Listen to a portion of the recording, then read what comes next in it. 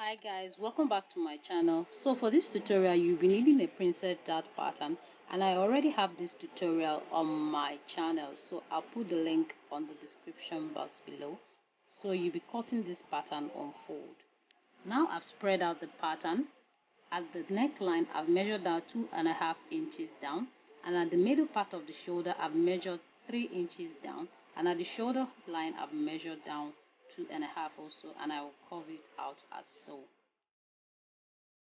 Now the next thing to do is to measure down 3.5 inches from the shoulder line down, and at this point I've measured 3/4 of an inch each, and I'm curving it like so, marking my line where my pleats is going to fall. And you notice I have a big gap here. This is 1.5 inches before the shoulder line.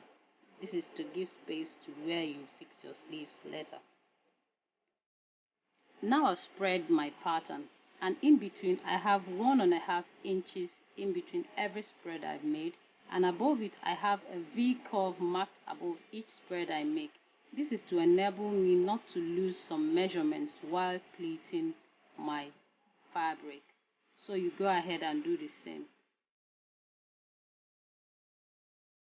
So now the front pattern is ready. We're going to be working on the back pattern. Here I've marked out where I'm going to slant my shoulder line while sewing. So I'm matching it up with the one I cut from the front pattern, as so I'm going to gum it together and then use it to cut out my pattern. Now my pattern pieces are ready. We go ahead and cut our fabric. So here I have the front pattern placed on my fabric, and I'm going to be cutting exactly as the pattern is. And for the back pattern, you notice I've put 1/2 inch for the joining of the shoulder to the front pattern, so you do the same as well.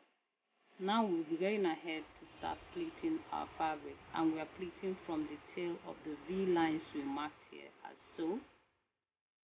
So you pleat carefully in order not to lose measurements.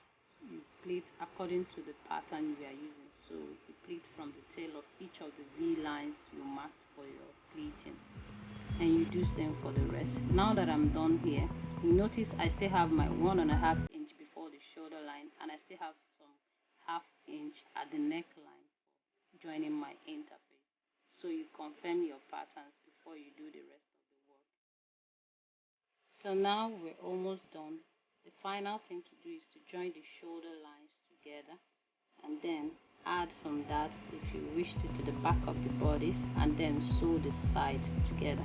So guys, thank you very much for watching my video. I hope you stop by to watch my next video. Please subscribe and click the like button and put on your notification bell on so that you watch my next video. Bye.